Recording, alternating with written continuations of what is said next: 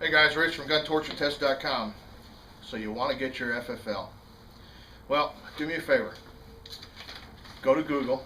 I'll wait. Go to Google and type in the following phrase: how to get your FFL, and then hit enter. What'd you find? At least on my Google, the first two hits, okay, are premium services. These are, and I'm not going to name names. I'm not going to give out the URL because, well, I don't want to give them any more publicity than I already get, and two, I don't want to get sued. These two outfits are, and I'm pretty sure they're actually the same outfit, but regardless, these two places are places that want to charge you money for something that you can do for free with about 5 minutes of work.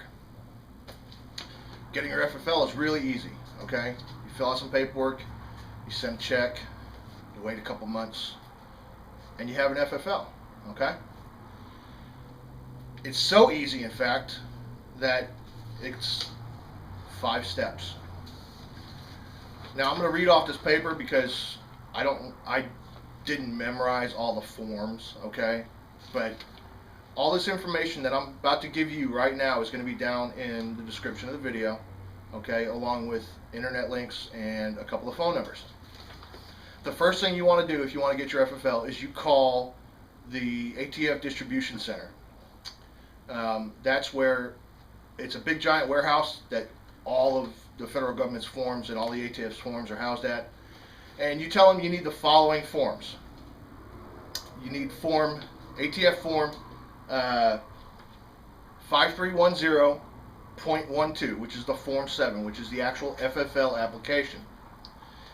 You also need one copy of the ATF Form 5330.20, which is your Certificate of Compliance. And it's basically an affidavit you sign stating that you're in compliance with, I think it's 18 U.S. Code. You need 2, and they come in packages of 2. FD-258 cards. Those are your fingerprint cards. Those are the old school FBI fingerprint cards. And this is important, okay? Once you do that, you wait about a week or so, and you'll get a big manila envelope in the mail, and it'll have these forms in it. You fill out the form. Now, this is going to apply to 01 and 02 FFLs only, okay? This doesn't apply to curios and relics. That's a different application, I believe, and it doesn't apply to 07 manufacturers, although you do use the Form 7 to apply for your 07. This is only going to apply to 01s or 02s. 01s and 02s, for the record, are the exact same thing.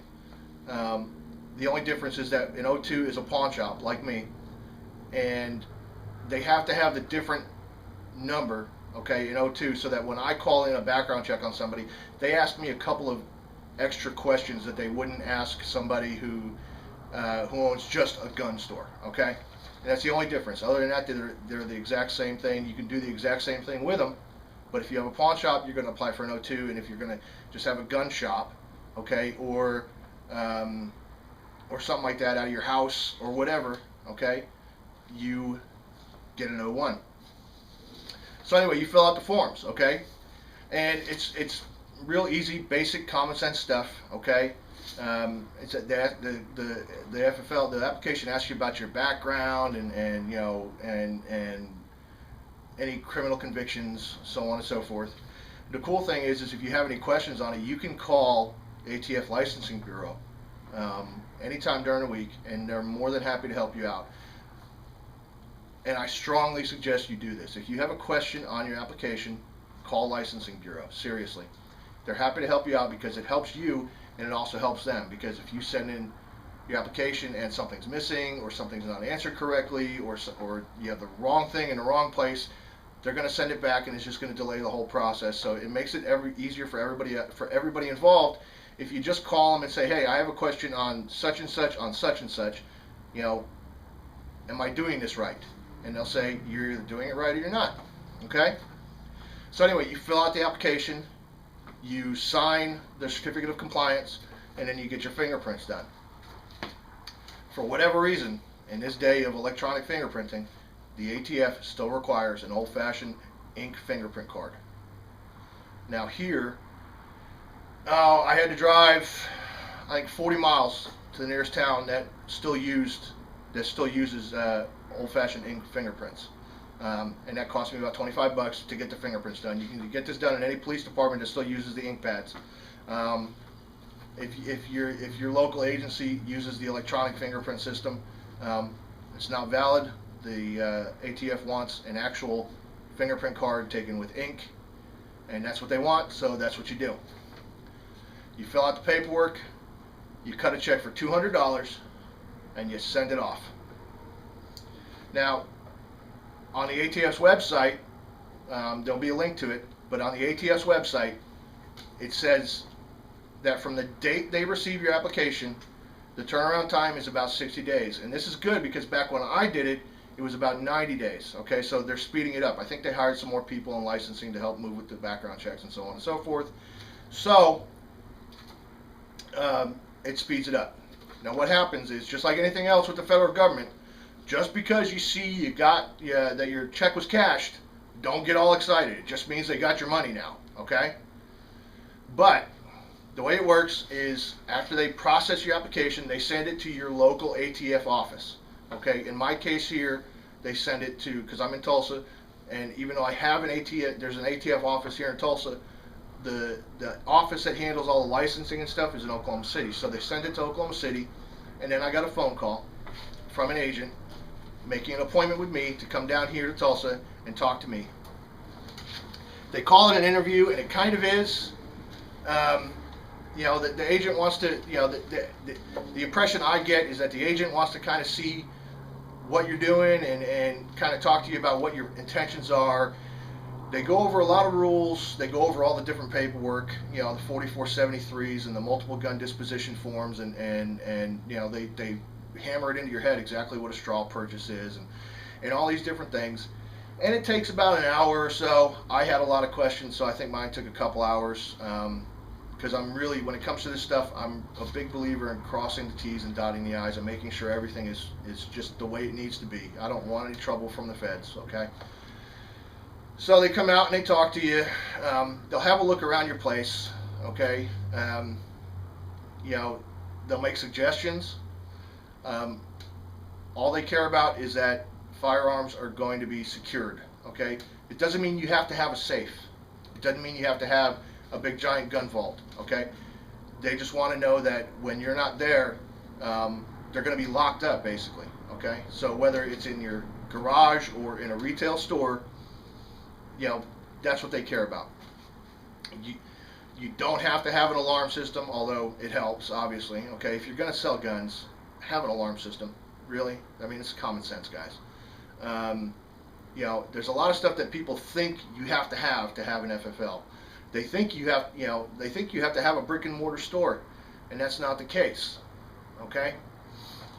Where that thought comes from is, back during the Clinton administration, there was kind of a revamping of the rules, and there was a lot of people who got FFLs from a P.O. box. They don't allow that anymore, but they got FFLs from a P.O. box, and the people I'm talking about are these people who travel from gun show to gun show to gun show, and that's all they do, is they go from gun show to gun show, and they're like the carnies of the gun world, okay? They're gypsies. The ATF doesn't like that. The government doesn't like that, okay? They want a physical address, okay? An actual physical address that you're doing business out of. They're not saying that you can't go to gun shows, okay? I sell at gun shows. But what they're saying is if your entire business model is based around selling guns at gun shows, don't even bother applying, because they're not going to approve it, okay? So this means you can have an FFL from your home address. It means if that's what you want to do. If you want to sell guns out of your garage, go ahead and do it, okay? If you want to do gunsmithing work out of your garage, go ahead and do it. You don't have to lease or rent a store to do it. One of the other biggies is they ask a question on the application, are you getting the FFL just to enhance your own personal collection, okay? If the answer is yes, don't bother applying, okay? This is a business license, guys, okay? Now, these websites that I mentioned earlier, the ones that charge you for the free forms that you get from the ATF, they will tell you that you can get 30 to 40% off of retail on brand new guns. Let me tell you something.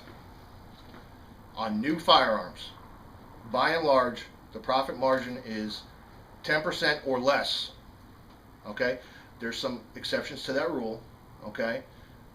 But the exceptions are very, very few and far between. But by and large, okay, if you come into my store and I have a brand new gun and I have it marked at $550, chances are I paid close to $500 wholesale for it. Okay? You're not going to save a ton of money. You'll save some. You'll save sales tax. But you're not going to save a ton of money. Okay? You're not going to save 30, 40%. That's bullshit. And anybody who tells you otherwise is lying. And you need to punch them in the face. Okay? Don't really punch them in the face. But you can tell them, I want to punch you in the face, but don't do it. Okay? I'm not here to promote violence against other human beings. Rusty just called me a liar. The biggest thing to remember is you're not going to get rich with an FFL. It's just not going to happen. It's not going to, you know, this isn't Lifestyles of the Rich and Famous. This isn't some bizarre multi-level marketing scheme. If you're going to get into the firearms business, you need to get into the firearms business because you love firearms. And that's it. And I happen to love firearms. That's why I sell them. Okay?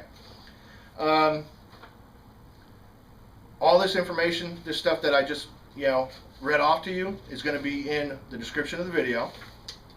One thing, if you do call the distribution center for the forms, now you can also order these forms online. Okay? My experience has been that when I did it, I ordered the forms online. I waited like 3 weeks. I didn't hear anything. I didn't get anything. I called the distribution center. I talked to somebody. I had the forms 2 days later. And then the day after that, I got the forms that I ordered online. Okay, so it's faster if you call.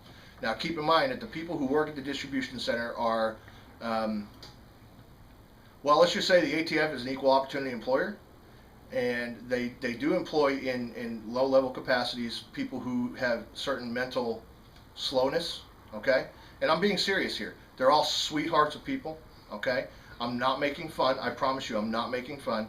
But if you call the distribution center, you may have to kind of coach somebody. Okay? And just be aware that you may be talking to somebody who's mentally handicapped. Okay?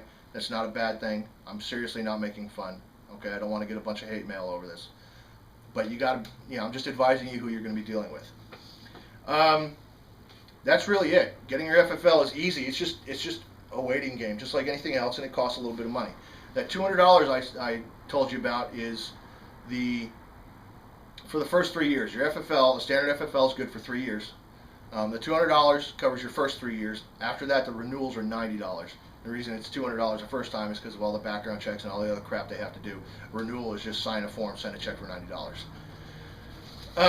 If you want any more information, leave a comment, send me a private message, whatever.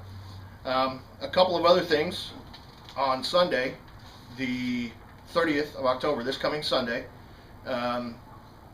Boomer Shooters is hosting the first annual USSA Zombie Fest here at United States Shooting Academy here in Tulsa. It's going to be kind of an IDPA, USPSA kind of weird amalgamation, practical shooting thing with zombies.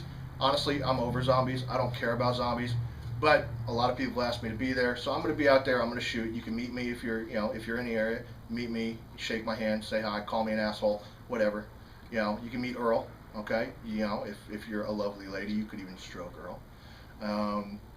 You know, but the thing is, just go out and have a good time. It's a big family-oriented thing. There's going to be stuff for kids to do, pumpkin shoots and shooting 22s and all kinds of cool stuff.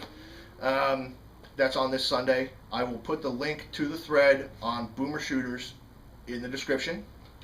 And one more thing I want to point out. I know I'm over the 15 minutes, but I'm hoping that YouTube has lifted my 15-minute cap. Today's October the 25th, 2011. Today is the day that Battlefield 3 was released. And instead of being at home playing Battlefield 3, I'm here making a video for you guys. And I'm going to go home and I'm going to upload this video. So I won't be able to play Battlefield 3 online because all my bandwidth will be taken up uploading this video. Okay? That's how much I love you guys. I'm not playing Battlefield 3 on release day. I'm doing this for you. So do me a favor. Give me a thumbs up. Say hi in the comments. Call me a dick. Whatever. Don't forget to visit my Cafe Press store. Get some cool logo gear. And hopefully I'll see some of you guys on Sunday. Thanks for watching.